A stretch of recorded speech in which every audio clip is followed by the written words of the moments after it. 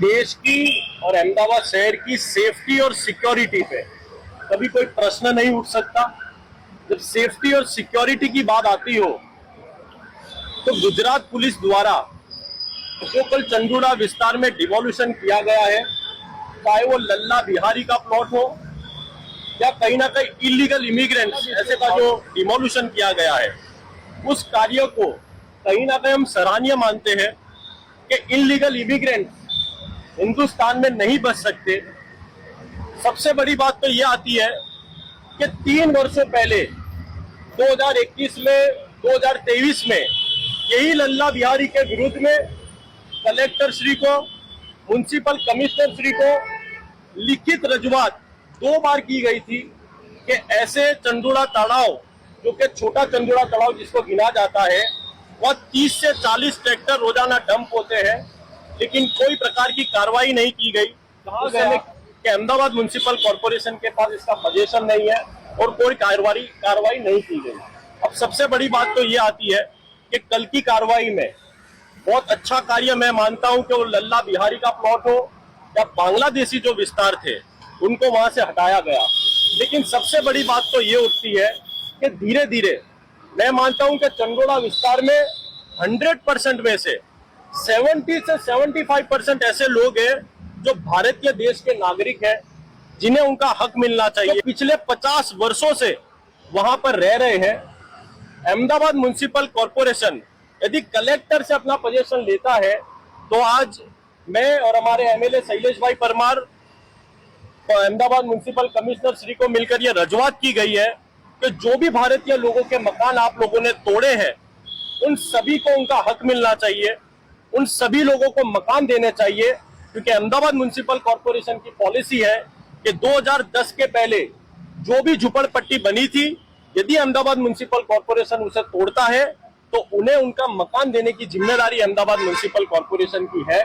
और आज हम आपके मीडिया के चैनल के माध्यम से भी चंदूड़ा विस्तार की जनता को भी कहना चाहते हैं कि अब जो कोई भी बांग्लादेशी आपके बाजू में यदि रहने आता हो तो उन सबको हटाने का कार्य और पुलिस को इन्फॉर्म करने का कार्य हम सबका बनता है, क्योंकि देश की सिक्योरिटी पे कभी कोई सवाल नहीं होना चाहिए।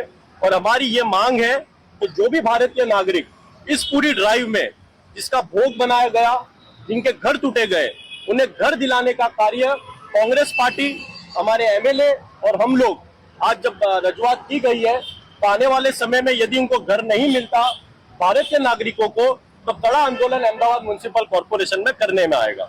अब 2010 के आसपास સરકારે એવું કીધું હતું કે કોર્પોરેશન આ પ્લોટનો કબજો લઈ લે। કોર્પોરેશન ગઈકાલે એવું કહેતું હતું કે પોલીસ જે યાદી આપીને એ પ્રમાણે અમે ડિમોલેશન કર્યું। બીજી બાજુ પોલીસ એવું કહે છે કે આ તો કામ કોર્પોરેશનનું છે, અમારું કામ જ નથી। सबसे बड़ी बात तो ये है कि जब मैं हूं, हमारे एमएलए ने कितनी बार ये पत्र लिखा गया था कि चंदूड़ा तालाब का डेवलप, यदि उसी समय ये डेवलपमेंट हो गया होता तो आज इस प्रकार की नौबत नहीं आती और ये जो मेगा डिमोल्यूशन करने की जरूरत नहीं होती। जो गरीब जनता है उन्हें उनका मकान मिल गया होता। और मैं मानता हूं कि ये जो लल्ला बिहारी जैसे जिन लोगों ने कब्जा करके रखा है और बांग्लादेशों का मुद्दा नहीं उठता। लेकिन सबसे बड़ी बात तो यह है कि जब कलेक्टर ने बार बार पत्र लिख दिया है कि हमने चंदूड़ा का पोजीशन अहमदाबाद म्युनिसिपल कॉर्पोरेशन को दे दिया है, लेकिन फिर भी अहमदाबाद म्युनिसिपल कॉर्पोरेशन वो पोजीशन लेने को तैयार ना होता हो, नो मैंस लैंड यदि चंदूड़ा विस्तार को बनाया जाता हो और कल अचानक अहमदाबाद म्युनिसिपल कॉर्पोरेशन डिमोल्यूशन करने आ जाता हो, तो ये साफ बताता है कि अहमदाबाद म्युनिसिपल कॉर्पोरेशन ने चंदूड़ा का पोजीशन अपने पास ले लिया है। और अब यदि આટલા સમયથી કોર્પોરેશનને, કલેક્ટરને, પોલીસ કમિશનરને જાણ કરી હોવા છતાંય લલ્લા બિહારી જેવા જે લોકો છે ત્યાં પૂર્યા અને પાડ્યા, અને આજે પરિસ્થિતિ એવી આવી કે 5,000 સ્ક્વેર ફીટમાં એને પોતાનું ફાર્મ હાઉસ ઊભું કરીને લાખોની જે કમાણી એ કરી રહ્યો હતો। એ સિવાય પણ બીજા લોકો માટેની રજૂઆત થઈ હતી। એટલી આમાં નિષ્કાળજી કોર્પોરેશનની પણ છે, કલેક્ટરની પણ છે, પોલીસ કમિશનરની પણ છે અને સરકારની પણ છે। જે રીતનું ગુજરાત સરકાર દ્વારા સમગ્ર રાજ્યની અંદર બાંગ્લાદેશના નાગરિકોને પકડવાનું જે એક મોટું ઓપરેશન ગુજરાત સરકાર દ્વારા જે કરવામાં આવ્યું, એના ભાગરૂપે ચંદોળા તળાવમાં પણ હજારોની સંખ્યામાં ત્યાંના નાગરિકોની ધરપકડ કરવામાં આવી હતી।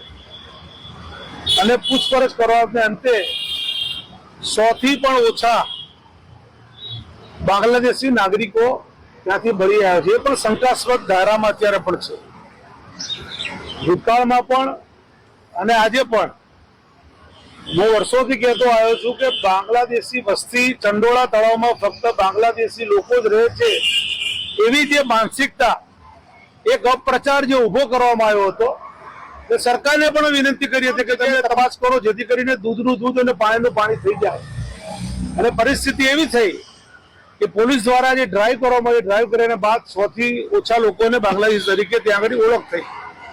આજે પણ કહું છું કે ત્યાં ફક્ત ને ફક્ત ગુજરાતી લોકો રહે છે, એક ધર્મના લોકો નથી રહેતા. હિન્દુ ધર્મના, મુસ્લિમ ધર્મના બંને લોકો રહે છે, 50 વર્ષોથી રહે છે. વાત આવી લલ્લા બિહારીની, કેમ પોલીસને એમ આજે પોલીસ એમ સ્ટેટમેન્ટ કરે છે, ક્રાઇમ બ્રાન્ચ, કે ત્યાં અલ કાયદાના આતંકવાદીઓ રહેતા હતા, ડ્રગ્સનો કારોબાર ચાલે છે, દેહનો કારોબાર ચાલે છે. તમારી આઈબી શું કરતી હતી પોલીસની? શું હપ્તા ખાતી હતી? તમને ખબર હતું કે આ રીતના જે બનાવો બનતા હતા તો પોલીસ શું કરતી હતી? શહેજાદ ખાન પઠાણ હોય કે હું, અમે લેખિતમાં જાણ કરી છે કે લલ્લા બિહારી દ્વારા ઇનલીગલી બાંધકામો થઈ રહ્યા છે, મોટા પ્રમાણમાં કબજો કરી દેવામાં આવી રહ્યો છે, ઇનલીગલી પ્રવૃત્તિ ચાલે છે. પોલીસ કેમ તે વખતે જાગી ના, અત્યારે કેમ જાગી? પણ એ વાત એટલા માટે કહું છું કે જે પણ અત્યારે પોલીસ દ્વારા કોર્પોરેશન દ્વારા એક્શન લેવામાં આવ્યા છે, અમે અત્યારે મ્યુનિસિપલ કમિશનર શ્રીને મળીને રજૂઆત કરી છે કે જે લોકોના મકાનો, જે ભારતીય નાગરિક છે, જેની પાસે 50 વર્ષથી જે લોકો રહે છે, જેની પાસે પુરાવા છે, એ લોકોના જે મકાનો તોડવામાં આવે છે, એ લોકોને વૈકલ્પિક વ્યવસ્થા આપવામાં આવે. જે વર્ષોથી ત્યાં રહે છે, મેં કીધું ગઈકાલે પણ કીધું હતું, આજે પણ કહું છું કે ભારત પાકિસ્તાનના જયારે ભાગલા પડ્યા ત્યારથી ત્યાં લોકો રહે છે, એવા લોકોને જે અત્યારે તોડવાની જે કામગીરી છે, તોડવાની કામગીરી બંધ કરવામાં આવે. કોર્પોરેશન દ્વારા તેનો સર્વે કરવામાં આવે અને સર્વે કર્યા પછી એ લોકોને વૈકલ્પિક વ્યવસ્થા આપ્યા પછી ચંડોળા તળાવનો જે વિકાસ કરવાની વાત છે, વિકાસ કરે.